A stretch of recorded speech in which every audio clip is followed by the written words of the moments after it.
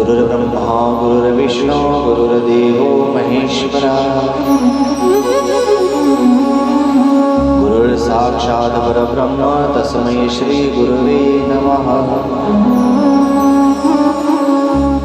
नीलाम्बुजश्यामलकोमलाङ्गं सीतासमारोपितवामभागम्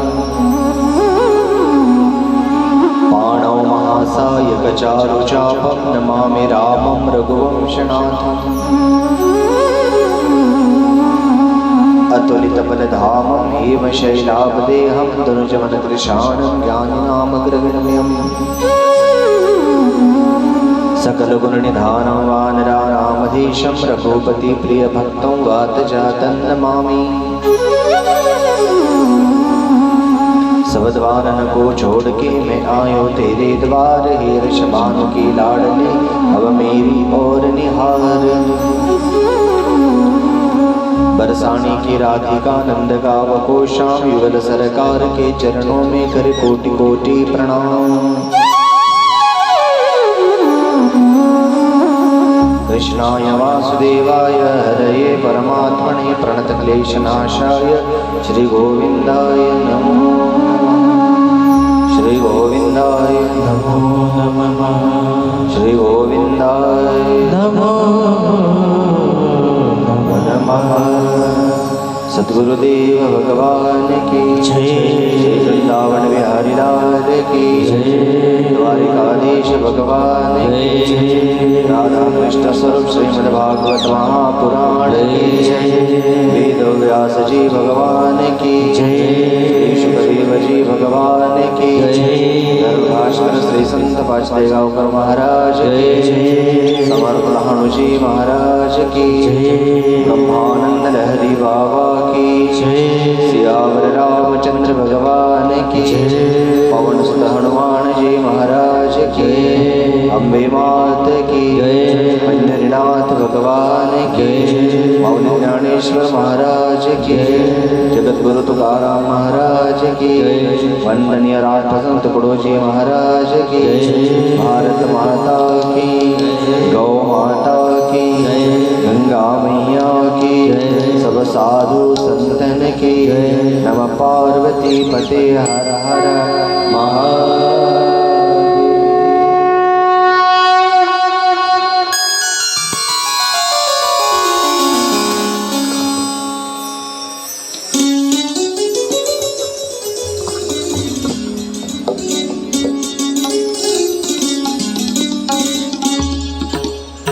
करारविंदे पदारविंदं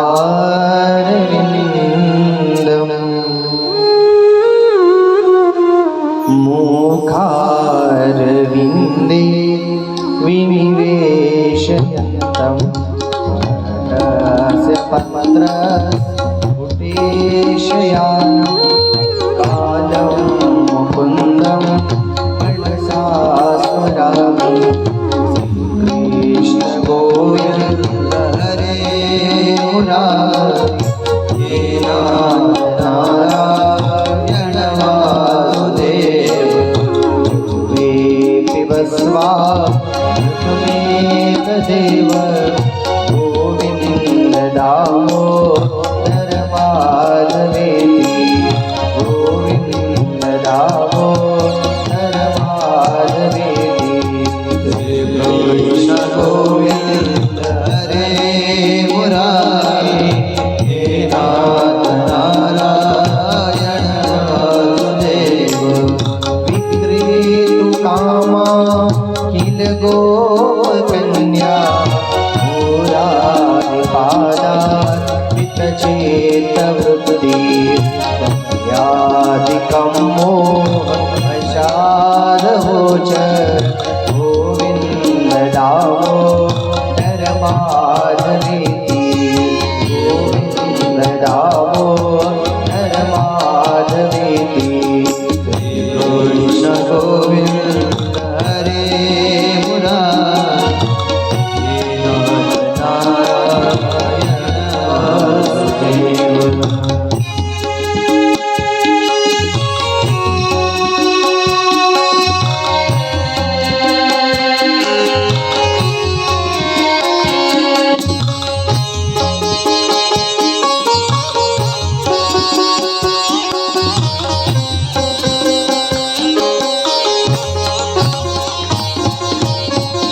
गृहे गो वधू कदम्बा सर्वे मिलित्वा समवाप्य योगम् ज्ञानि नामानि वर्णन्ति नित्यम् गोविन्द दामोदर माधवेति गोविन्द दामोदर माधवेति श्री कृष्ण गोविन्द हरे मुरारे हे नाथ नारायण वासुदेव।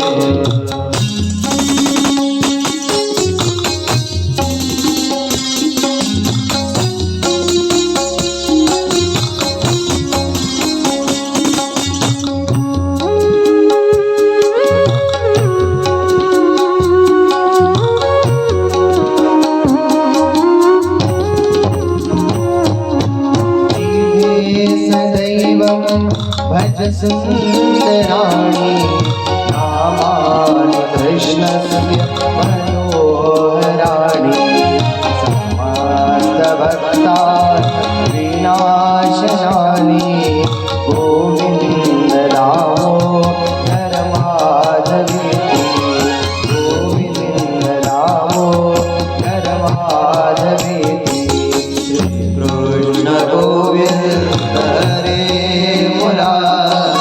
हे नाथ नारायण वासुदेव।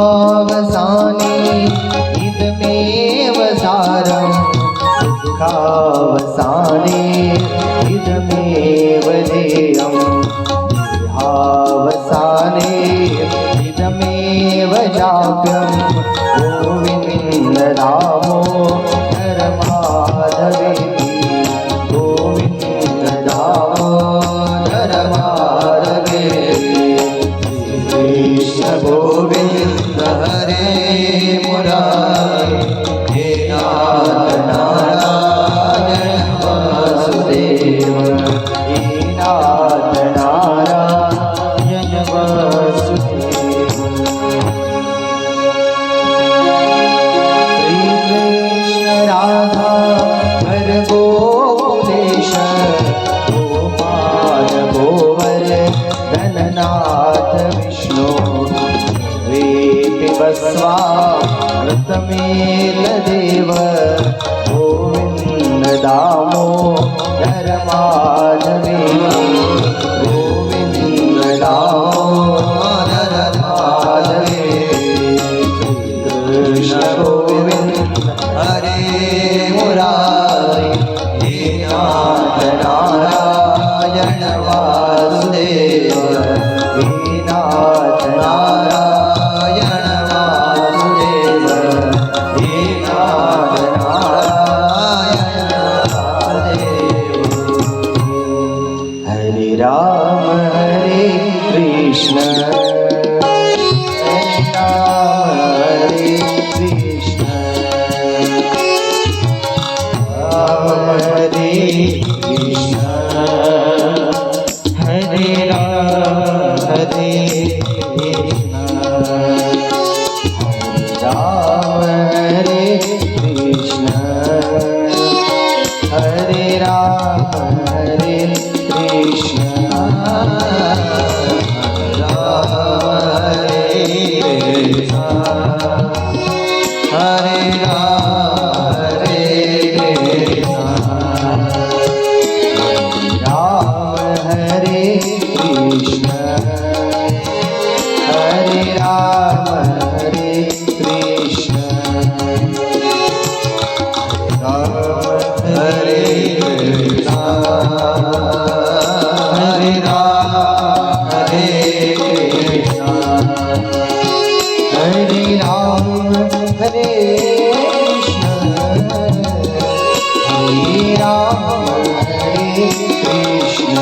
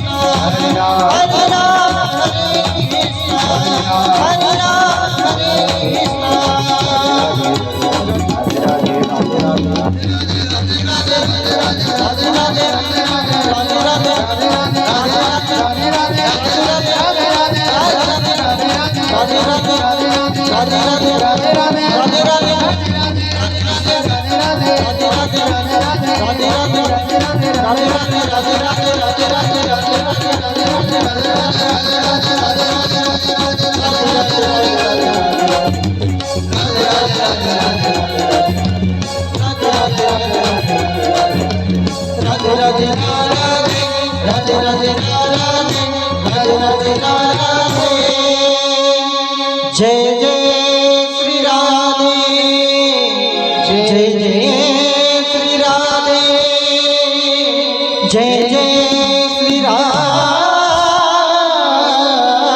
श्याम। बोल बोल बोल बिहारी लाल की जय।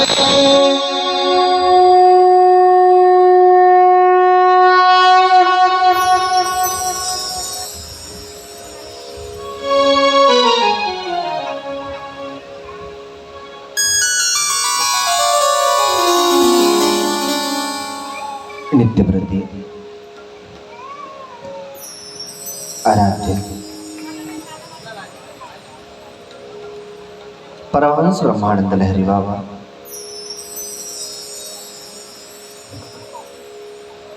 सद्गुरु संत श्रीलाल जी महाराज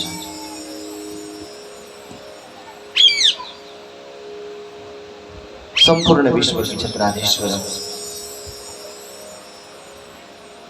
भगवान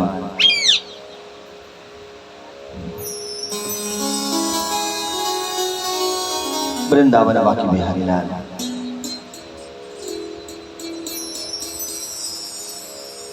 मां सरस्वती के प्रत्यक्ष रूप से व्यास मंच पे विराजित वाद्य वृंद उपस्थित सभी भू समाज ब्रह्म समाज साधु संत देवी देवता इष्ट देवता कुल देवता गौ माता गंगा माता और ज्ञान मंडप में ज्ञान अर्जन हेतु सम्मिलित सभी ममतामयी माताएं सज्जनों, आप सभी के चरणों में हमारा पुनश्च कोटि कोटि वंदन। श्रीमद् भागवत कथा तृतीय दिवस तृतीय पुष्प फिर होने से पहले अनंत कोटि ब्रह्मांड नायक राजाधिराज सच्चिदानंद परब्रह्म कमल नयन कमलाकांत रुक्मिणीवर भगवान नारायण के चरणों में हमारा प्रथम वंदन।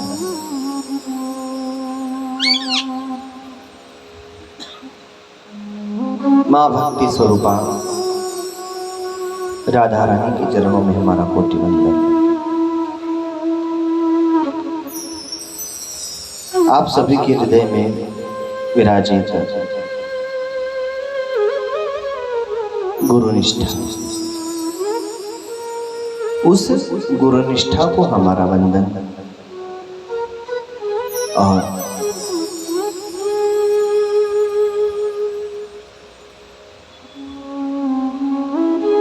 जिस परिवार ने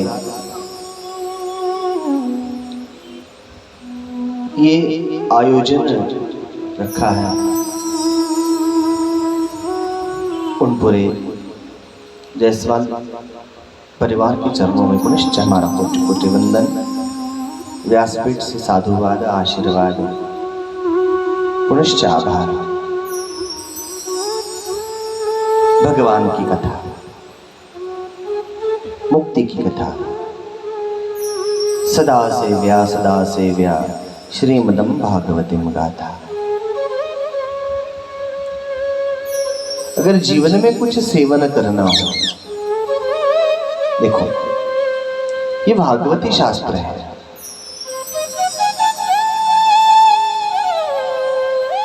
और ये भागवती शास्त्र जो है ये हमें कथा श्रवण करने की अनुमति नहीं देता है। राम कथा श्रवण करने की अनुमति नहीं देता है।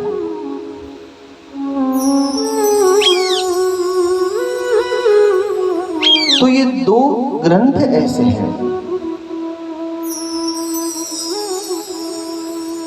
राम और कृष्ण, इन्हें श्रवण कभी नहीं करना चाहिए, तो इन्हें सेवन करना चाहिए। सदा सेव्या श्रीमदं भागवतीम का, क्योंकि श्रवण मात्र से तन की शुद्धता होती है, लेकिन सेवन करने से मन की शुद्धता बताइए। तन की शुद्धता तो हम रोज करते हैं, स्नान कर लेते हैं, स्नान से तन की शुद्धता होती है, लेकिन मन की शुद्धता नहीं होती।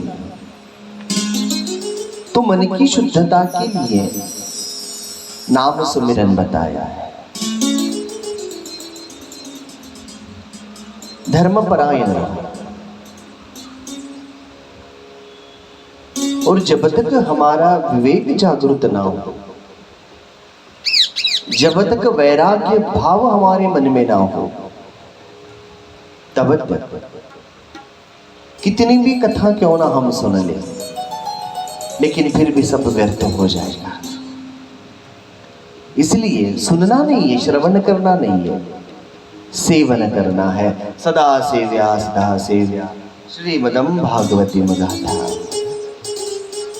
भागवत की कथा सेवन करने से मन तो शुद्ध हो जाता है, लेकिन जो मन में जो असंख्य विचार या असंख्य विकार होते हैं, उन विकारों का नाश होता है। तो कितने प्रकार के विकार हैं? अनेक प्रकार के विकार हैं। उनमें से पहले 6 बताए, काम, क्रोध, लोभ, मोह, मद, मत्सर, ये जो षड रिपु है, ये षड विकारों को अगर साफ करना हो या फिर हमारे मन से निकालना हो, तो कथा श्रवण नहीं, कथा का सेवन बताया है।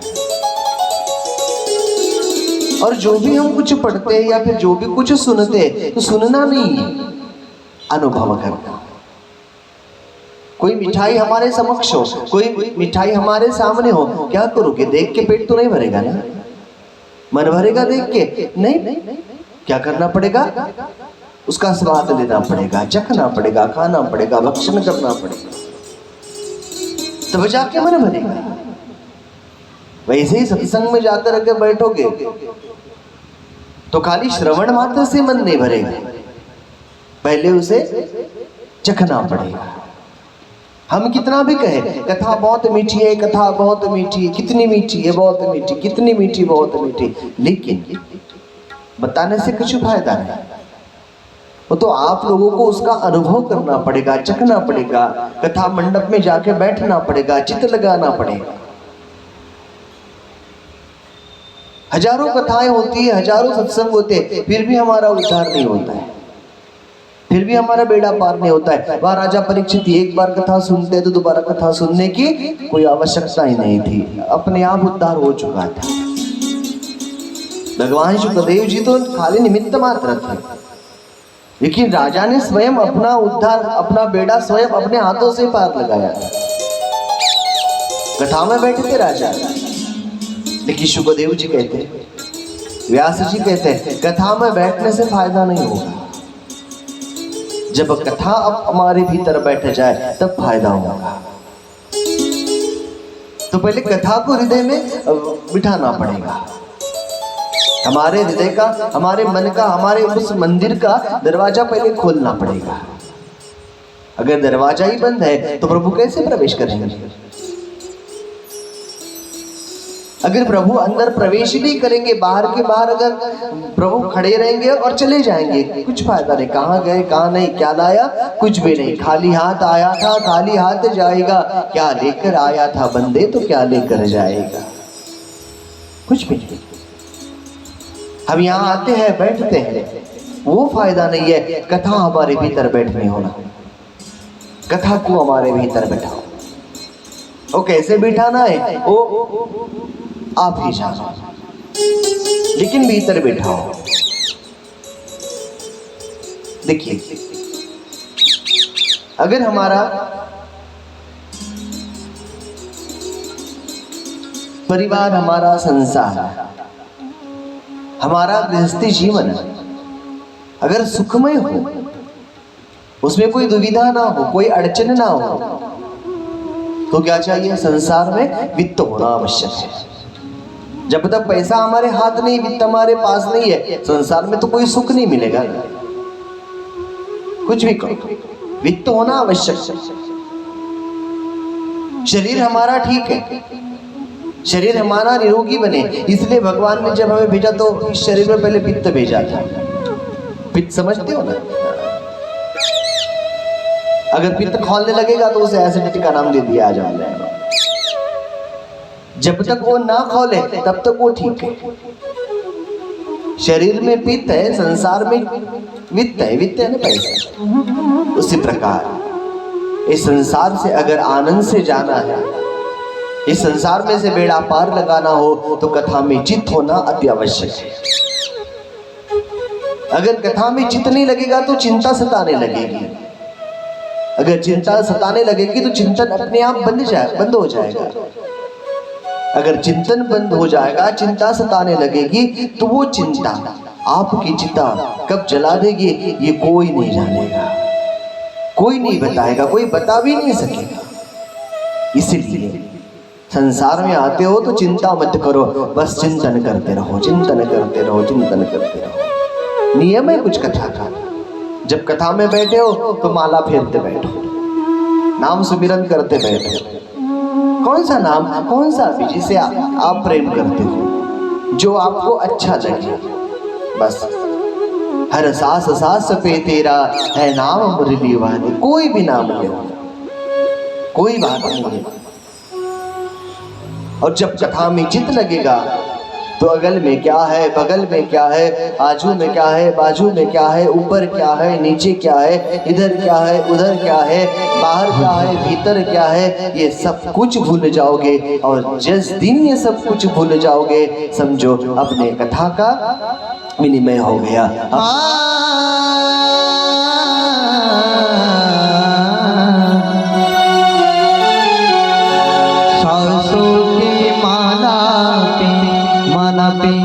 माला पे सासों के माला पे मरो मैं गाना, गाना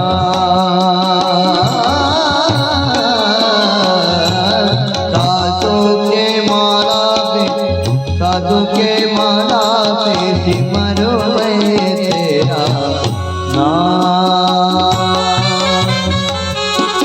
तेरा नाम।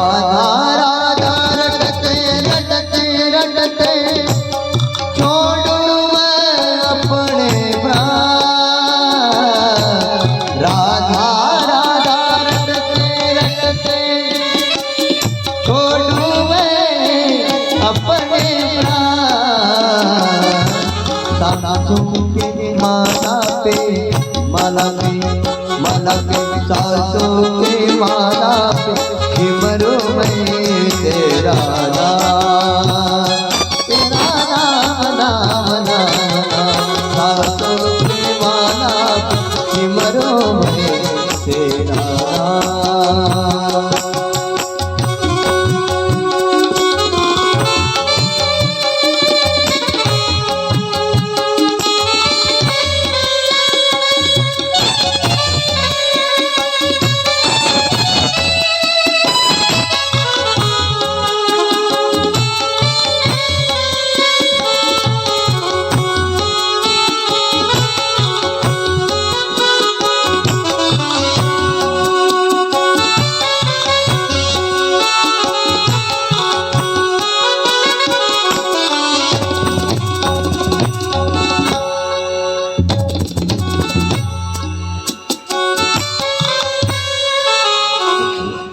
हर सांस सांस में तेरा है नाम मुरली वाले, क्योंकि ये सब उसके नाम पे करते हैं। ये जो दौलत है ना हमारी, ये लौकिक दौलत की बात नहीं आती है अभी यहाँ पे। ये जो हमें भगवान ने प्रदान करी ये दौलत, जिसका नाम है शरीर है, ये जो शरीर की दौलत है, शरीर की प्रॉपर्टी है, इस पे अगर किसी का अधिकार है तो किसका अधिकार है पता है आपको? 4 जने अधिकार बताते हैं इस पे। कितने लोग? 4 जने। लेकिन ठाकुर जी कहते बोले 4 नहीं 40 भी आए तो अधिकार किसी का नहीं है इसमें, खाली हमारा अधिकार। सबसे पहले शरीर पे अधिकार जताने का काम माता का होता है। हमारी माँ अधिकार जताती है हमारे शरीर पे, है ना? जताती है ना, कहती है ना, मेरा लाल, मेरा बेटा, मेरा पुत्र, मेरी आंखों का तारा, होता है ना। माँ अधिकार जताती है। क्यों ऐसा है? माँ बोलती है किसी का अधिकार नहीं है। अगर बालक छोटा हो, रोता है, अगर किसी की गोदी में हो तो झटक से उसे पकड़ अपने गोदी में ले लेते, बोले नहीं उसको आदत नहीं, उसको मेरी ही आदत है। होता है ना, देखते कि नहीं? हम देखते हैं, हरदम देखते हैं। ऐसा क्यों? क्योंकि माँ अधिकार जताती है, इसलिए माँ कहती है भगवान से, बोले ठाकुर जी 9 मास तक अपनी गोद में पाल पोस के बड़ा किया इसको। जब इसे जन्म दे रही थी तो जन्म मृत्यु की वेदना का जो अनुभव मैंने किया वो संसार में कोई नहीं कर सकेगा। मैंने जन्म दिया इसे, अपने खून से सींचा मैंने इसे। दूध नहीं पिलाती है माँ हमें, रक्त पिलाती है स्वयं। बस जब माँ बनोगे तब जानोगे ये सब बातें। इसलिए माँ कहती है मेरा अधिकार, पहला अधिकार माता का। इस शरीर पे दूसरा अधिकार जताने का काम करते हैं अपने पिता, क्योंकि पिता कहते हैं हमारे तेज से उत्पन्न हुआ है, इसलिए हमारा अधिकार है। तीसरा अधिकार बताती है पत्नी। उसका भी भाव बड़ा सुंदर होता है, क्योंकि वो कहती है सब कुछ छोड़ छाड़ के मैं आ गई इसके लिए। अब ये जो स्त्री का त्याग होता है, ये जो किसी माँ का त्याग होता है, ये आप सही से जवाब देना, ये किसके लिए होता है? एक व्यक्ति के लिए होता है या उस व्यक्ति के पूरे परिवार के लिए होता है? पूरे परिवार के लिए त्याग नहीं होता है उसका, एक व्यक्ति के लिए त्याग होता है। एक व्यक्ति के लिए, अपने पति के लिए उसका त्याग होता है, अपने पति के प्रति उसका समर्पण होता है। अगर परिवार में उसे बहुत आनंद हो, खुशहाली हो, लेकिन उस पत्नी को अपने पति से अगर हरदम हर रोज दुख मिलता हो तो वो बहुत दुखी हो जाती है। और दूसरी बात, अगर ससुराल में उसे बहुत दुख हो, रोज दुख मिलता हो, ताने मिलते हो, मार मिलता हो, कुछ भी, लेकिन उसका पति अगर अच्छा हो तो कोई कुछ भी कहे, वो कहते हैं जाने देना माँ, मेरा पति तो अच्छा है, जिसके लिए गई वो तो अच्छा है, वो तो मुझे सुख देता है ना। तो वो त्याग होता है उसका, वो समर्पण होता है। वो समर्पण की भावना एक व्यक्ति के लिए होती है, तो अपना अधिकार बताती है। जन्म मेरे माता पिता ने दिया, शिक्षा मेरे माता पिता ने दी, नन्ही सी थी मैं, इतनी बड़ी मेरे माता पिता के यहाँ पे हुई, मेरा सब खर्चा मेरे माता पिता ने किया, पाल पोस के बड़ा किया। कितनी बार बीमार पड़ी वहां पे, उतनी बार वो मुझे अस्पताल लेके गए, दवा दारू उन्होंने की मेरी। और आज विवाह होने के बाद संकल्प भी जैसा पानी छोड़ते ना, बस मेरे माता पिता के ऊपर पानी फेर दिया मैंने, कुछ भी नहीं, बस तुम्हारा नाम, सब तुम्हारे पर। इसलिए ये शरीर पे अगर अधिकार है तो वो मेरा अधिकार है। पहला अधिकार माता का, दूसरा अधिकार पिता का, तीसरा अधिकार पत्नी का होता है। और जब गृहस्थी संभालते संभालते एक दिन ये शरीर जब शांत हो जाए, परमात्मा में ये विलीन हो जाए, तो अब अग्नि बोलती है, अगर इतना प्रेम करते हो आप इस शरीर से, अगर ये आंखों से थोड़ा सा ओझल हो जाए तो किसी का भी मन नहीं लगता है, तो फिर मरने के बाद मेरे पास क्यों लाते हो, घर में क्यों नहीं रखते? इस पे आपका नहीं, मेरा अधिकार है। अग्नि कहती है, पता है ना, अग्नि के पास ले जाते हैं ना, क्यों संभल के नहीं रखते आप इसे? क्यों लेके आते हो क्यों जल्दबाजी करते उठाने की? क्यों है ऐसा? नहीं, अंतिम समय में ये मेरी शरण में आता है, मैं इसे स्वाहा करता हूं, मैं इसे अपना लेता हूं, मेरा अधिकार। बाद में गंगा जी बोलती है, नहीं आपका नहीं, मेरा अधिकार है। अग्नि, आप तो उसे जला के भस्म कर देते हो, लेकिन जो राख होती है ना, उसे मैं अपनी गोदी में ले लेती हूँ, क्योंकि मैं एक माँ हुआ। गंगा जी बाहर, क्यों ऐसा? मेरा अधिकार। लेकिन अंत में प्रभु कहते हैं, नहीं, इसे जन्म भी मैं देता हूँ, इसे पाल पोस के बड़ा भी मैं करता हूँ, इसे संसार में मैं ही भेजता हूँ, और संसार से बुलावा भी मैं ही भेजता हूँ, और मैं ही भेजता हूँ और मैं ही बुला लेता हूँ, इसलिए मेरा अधिकार। ठाकुर जी कहते, किसका अधिकार? अगर हमारे घर में कोई संतति अगर बिगड़ जाए तो हम किसी को भी दोष देते हैं, लेकिन देखो किसके दोषवश से संतति बिगड़ जाती है, ये श्लोक सुनने के बाद में आपको समझ में आ जाएगा। दुच्छिलो मातृ दोषेण, अगर बेटे का शील अगर बिगड़ जाए तो वो माता का दोष होता है। दुच्छिलो मातृ दोषेण पितृदोषेन मूर्खता, अगर पिता का कोई दोष होगा तो संतान मूर्ख बनेगी। कार्पण्य वंश दोषेन, अगर कोई कार्पण्य दोष होगा तो वंश का दोष, जिसे हम अनुवांशिकता कहते हैं। अगर कोई एक आधा रोग लग जाए तो डॉक्टर पहले हमें पूछते, बोले आपके ये अब कोई था क्या? जैसे शाम के समय ना देखना, आगे की वस्तु ना दिखाई पड़ना, बार बार चक्कर आना, ठीक, दादाजी को थी बीमारी, पर दादाजी को थी, पूछते कि नहीं पूछते? हाँ, ये कार्पण्य वंश होता है। और अंततः बताया आत्मदोषा दरिद्रते, अगर कोई स्वदोष हो, कोई स्वयं का अगर दोष हो तो वो दरिद्र बन जाता है। तो क्या करें? तो ये सारी गाड़ी एक पटरी पे रहे। अगर ऐसा कुछ ना हो, अगर ऐसा हमें लगता है तो क्या करो?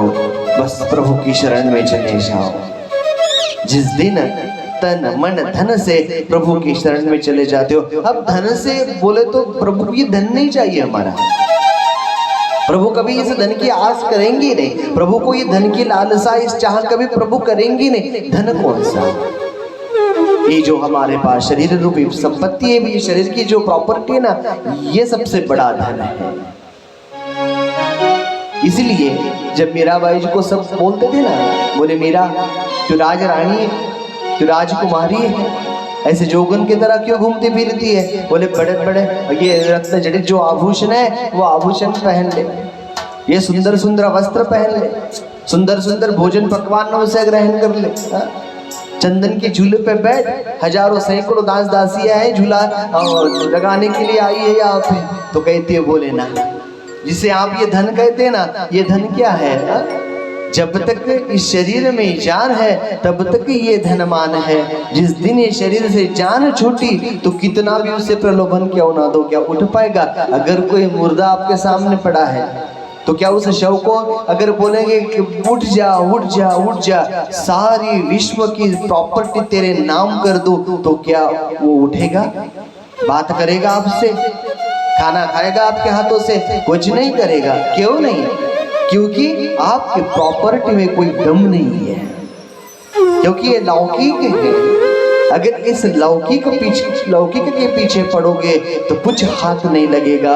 इसलिए मीराबाई कहती है जो सबसे बड़ा धन है, जो राम नाम का भजन है, अगर वो मुझे मिल जाए तो मेरा शरीर भी शुद्ध हो जाएगा, मेरी तन भी शुद्ध हो जाएगा, मेरा मन भी शुद्ध हो जाएगा। इसलिए मीराबाई पायो जी मैंने राम रतन पायो, पायो जी मैंने राम रतन पायो, पायो जी मैंने राम रतन पायो, पायो जी मैंने राम रतन पायो, जी मैंने राम रतन पायो, पायो जी मैंने राम रतन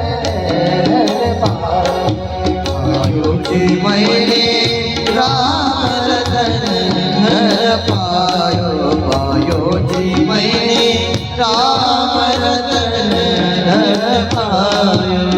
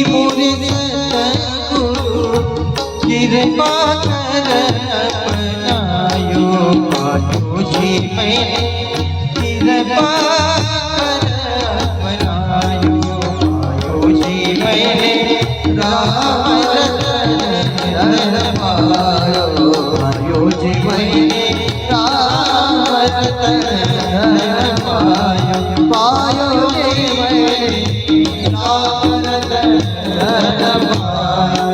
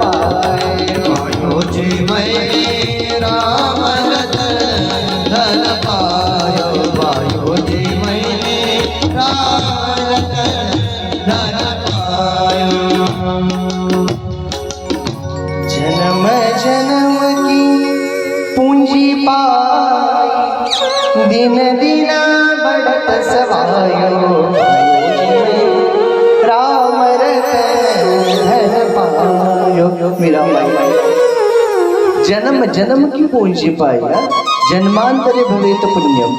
एक जन्म का नहीं, हजारों जन्म का पुण्य पाया, तब जाके ये राम नाम का धन मिला है मुझे, राम नाम की संपत्ति मुझे प्राप्त हुई है। और एक बार अगर ये किसी को मिल जाए, घर जत नहीं कोई लूटन लेवे, क्या कोई भय होगा इसका? अब आप आए हो ना, आप अपने अपने घर में से अच्छे से ताला लगा के आए होंगे, है कि नहीं? कुंजी आपके पास होंगी कि नहीं होंगी? फिर भी मन अटका रहेगा, यहाँ पर तो आई हूँ, कोई डाका तो नहीं डालेगा, कोई चोर आके, कोई लुटेरा आके लूट तो नहीं ले जाएगा। लेकिन जिसके पास ये धन है तो क्या भय हो? नहीं, ना कोई खर्च पाएगा, ना कोई लूट ले जाएगा, ना कोई आपसे मांगेगा, और जितना इसे लुटाओगे उतना वो आपके पास आएगा। ये धन है, और ये धन जिसके पास हो वो व्यक्ति कभी संसार में निर्धन नहीं हो सकता। उसके बड़ा धनवान संसार में कोई नहीं है जिसके पास ये धन है।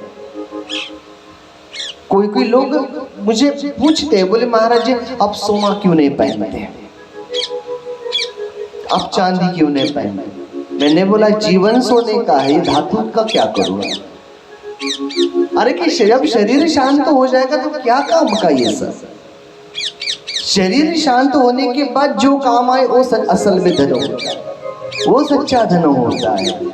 और राम नाम का धन आज भी रहेगा, कल भी रहेगा, और जहां जहां आप जाओगे वो धन ही आपके काम आएगा। इसीलिए मीराबाई जोगन बन चली थी, लौकिक किताब को छोड़ दिया था।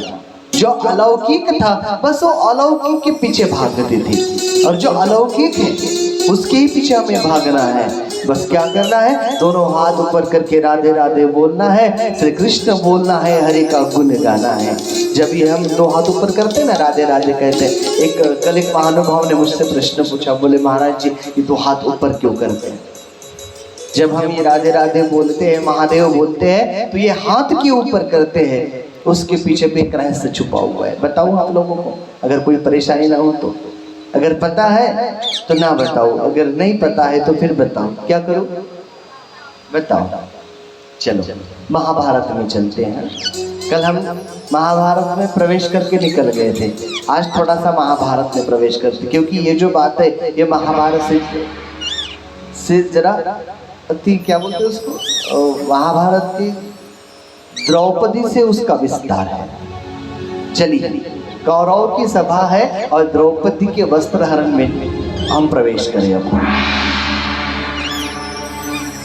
जब दुशासन मां द्रौपदी को खींच के लाया था, उनके केश पकड़ के लाता, पांडव बैठे तो दुर्योधन ने आज्ञा दे दी, वस्त्र खींच लो।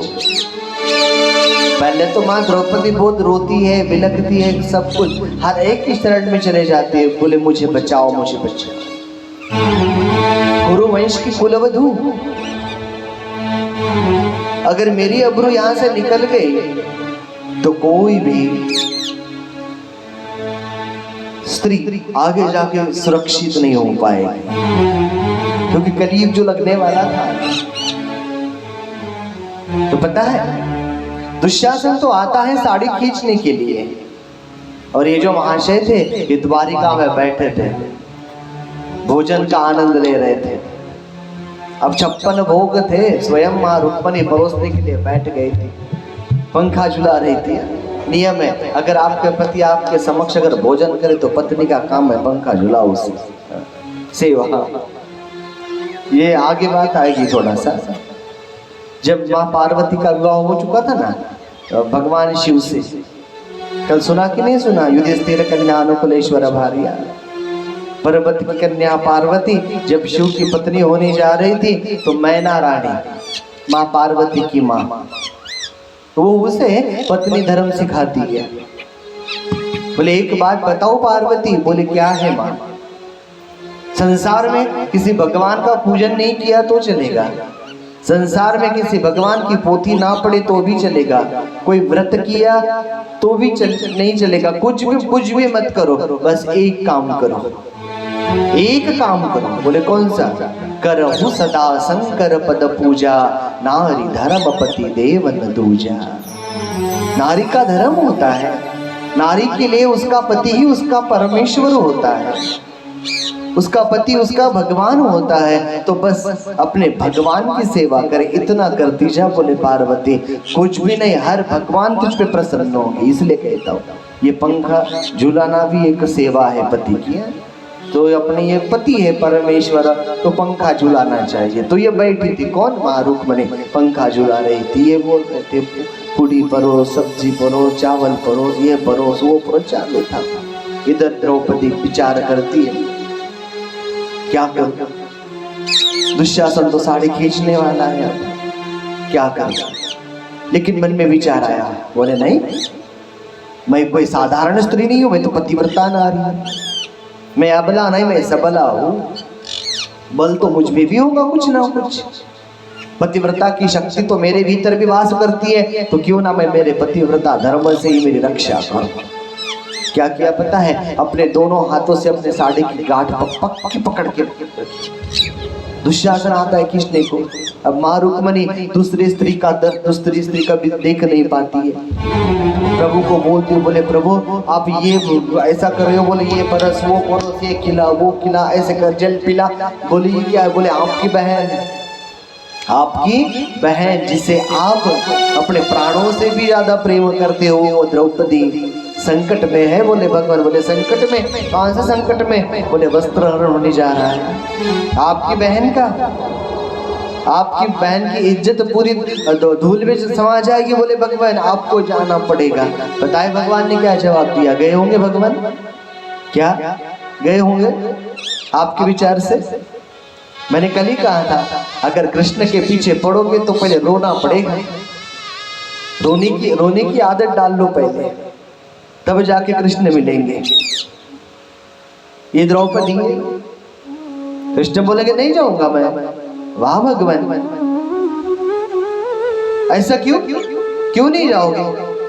अगर आपको कोई पूछता है आपको बहन कितनी, तो आप बोलते मेरे को एक बहन है। नाम पूछते तो बोलते कि द्रौपदी उसका नाम है। सुभद्रा का नाम नहीं लेते हो, बोले भगवान द्रौपदी का नाम लेते हो। और आज वो द्रौपदी संकट में है तो बोले कि मैं नहीं जाऊंगा। बोले नहीं जाऊंगा मैं। लेकिन प्रभु कारण क्या है, क्यों नहीं जाओगे आप? बोले नहीं, अभी भी उस पे अहंकार जिंदा है, अभी भी उसमें अहंकार जीवित है। स्वयं के मन में विचार करती है पगली की स्वयं की रक्षा मैं स्वयं कर पाती हूँ। देख ना दोनों हाथों से गांठ पकड़ के रखी है, नाम नहीं ले रही है मुझे, बुला नहीं रही है मुझे। ठीक है, पतिव्रता है, सबला है, बल है उसमें, उसकी पतिव्रता की शक्ति है। राक्षसों से उसे बचा पाएगी तो बचाने देना, मैं क्यों जाऊं, मैं क्यों तकलीफ करूं? अगर कोई मुझे बुलाएगा नहीं तो मैं जाके मेरा अपमान क्यों करूं? मैं नहीं जाऊंगा। तो जितना का उतना कर, पंखा झूला चुपचाप भोजन करने लगे भगवान। अब क्या किया? अब दुशासन की शक्ति भारी पड़ गई, टिक नहीं पाई द्रौपदी। एक हाथ से गांठ को चौड़ा, एक गांठ ऊपर करती है। अब बोलती है आ कृष्ण आ कृष्ण आ कृष्ण। रोने लगती है, बिलखती है, चिल्लाती है, क्रोध भी आता है बीच बीच में। अब माँ रुक्मिणी कहते प्रभु अब तो जाओ, अब तो आपको बुला रही है। बोले अब भी नहीं जाऊंगा। बोले क्यों नहीं? बोले अभी भी उसका अहंकार उसे ये कहता कि द्रौपदी तू एक हाथ से ही सही, लेकिन तेरी रक्षा तो स्वयं कर पाएगा। देखो एक हाथ से गांठ पकड़ के रख दिया। कृष्ण की नहीं जाऊंगा बोले मैं, क्योंकि अभी तक मुझे शरण आई कहाँ है, अहंकार है भरी सभा में उसका। बोले ना प्रभु जाना तो पड़ेगा। बोले नहीं जाऊंगा। अब द्रौपदी विचार करने लगती है ये तो आ नहीं रहा है, क्या करूं? नहीं। और अब द्रौपदी अब सौंप दिया इसे जीवन का सब,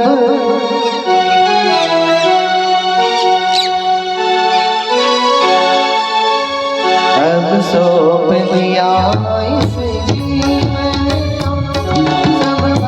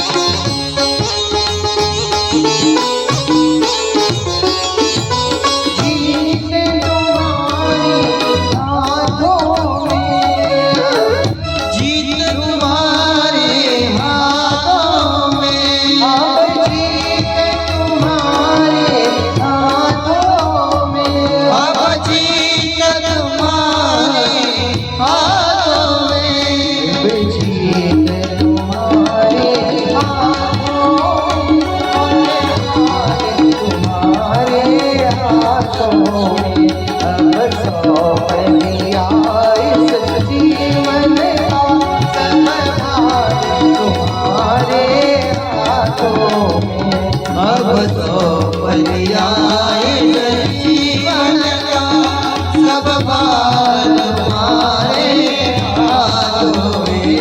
अब तो पर्याय जीवन का सब भार तुम्हारे हाथों में। रोती है, बिलखती है, रोते रोते प्रभु को पुकारती है, बोले आ कृष्ण बसो दिया इस जीवन का सब भार तुम्हारे हाथों में। हे कृष्ण जीत तुम्हारी हाथों में, मेरी हार तुम्हारे हाथों में। प्रभु श्री कृष्ण शरणम श्री कृष्ण। और द्रौपदी एक शब्द यहाँ पे कहे गए, बोले कृष्ण ये दुशासन तो मेरी साड़ी खींच लेगा, मेरी इज्जत ये भरी सभा देखेगी, मेरी इज्जत धूल में मिल जाएगी, खाक में मिल जाएगी, मिट्टी में मिल जाएगी। ये द्रौपदी आज से कभी जीवित ना हो पाएगी। लेकिन कृष्ण इसमें नाम मेरा नहीं तेरा नाम जाएगा कि इसका भाई कृष्ण था, फिर भी अपने बहन की रक्षा नहीं कर पाया। हर बहन का विश्वास अपने भाई पर से उठ जाएगा। कृष्ण आना है तो आ और ना आना है तो मैं था। और जोर से कृष्ण कृष्ण करके दोनों हाथ ऊपर कर दिए, आर्त भाव से लोभित हो गए। राधे राधे कहती है। और पता है माँ रुक्मिणी घी परोस रही थी, उसको भी पता नहीं चला ये कहाँ गायब हो गए। बड़ी सभा में आते हैं और पता है क्या हुआ, कितनी साड़ी पहनाई थी, 999। दुशासन तो खींचता है, पसीना लोट हो गया।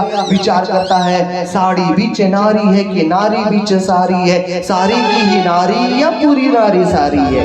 क्या है ना, साड़ी बीच नारी बीच साड़ी की साड़ी बीच नारी है, साड़ी के बीच नारी है कि नारी के बीच साड़ी है, साड़ी की नारी या पूरी नारी साड़ी है। बोले साड़ी की नारी की साड़ी क्या है, पता भी नहीं चला है। 999 तब से प्रथा पड़ी है, अगर भगवान को बुलाना है, भगवान को चाहते हो तो आर्त भाव से 2 हाथ ऊपर कर दो, मतलब समर्पण होता है।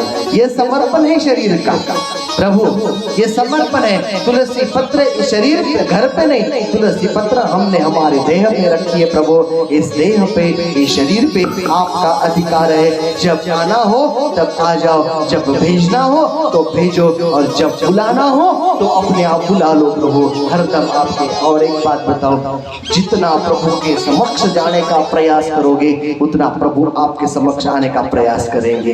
प्रभु के प्रति 2 पैर बढ़ा दो, प्रभु 4 पग आपके पास आ जाएंगे।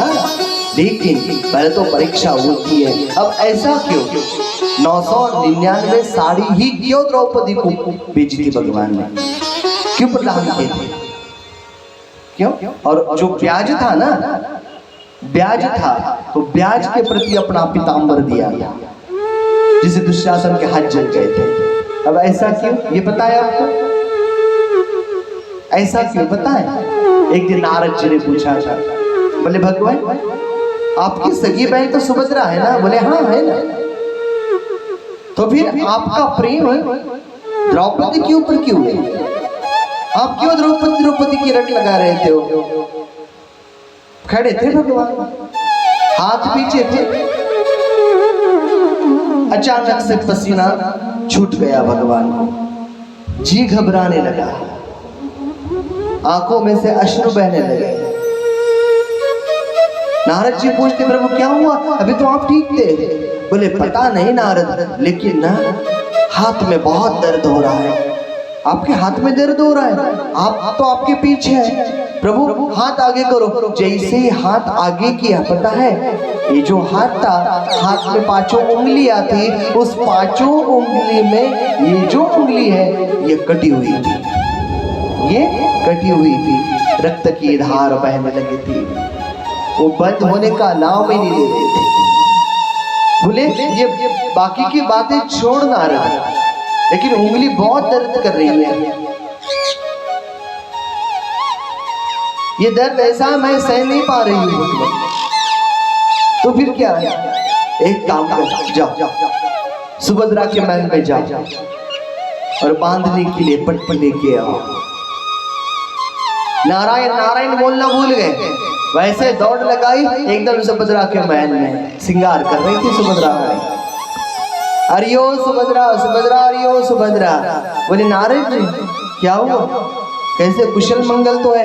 बोले वो बाद में, लेकिन पहले एक काम करो। बोले क्या? पट्टी दे दो। पट्टी दे दो? क्या हुआ है? बोले मुझे कुछ नहीं हुआ है, लेकिन आपके भाई को हुआ है। मेरे भाई को क्या हुआ है? मेरे भाई को पूरी उंगली कट गई है, बहुत सारा खून बह रहा है। बोले सुभद्रा जी तनिक जरा सा मरहम भी दे दो, पट्टी भी दे दो। ये बोले मरहम तो मिल जाएगा, पट्टी कहाँ ढूंढो, इतना बड़ा मैं कहाँ खोजू? बोले पट्टी, अरे कहीं ना कहीं कोने में गिरी हो तेरा कपाट है, वो कपाट खोल दे। बोले वो अलमारी खोल दो, अलमारी में कब पट्टी होगी? बोले नहीं इसमें तो नहीं, बड़े बड़े बड़े वस्त्र है। बोले ये फाड़ देना एक आधा। बोले पागल हो गए क्या? बोले इतना वस्त्र कोई फाड़ सकता है? बोले ना फाड़ो, पट्टी तो नहीं है। जाओ संदेशा भेज दो। सुभद्रा के महल में पट्टी नहीं मिली, फिर से दौड़ लगाई, भागते आए दौड़। बोले भगवान भगवान भगवान क्या है? अब बेहोश होकर गिर गए थे क्योंकि खून काफी बह चुका था ना भगवान। ऐसे बैठे क्या हुआ? नहीं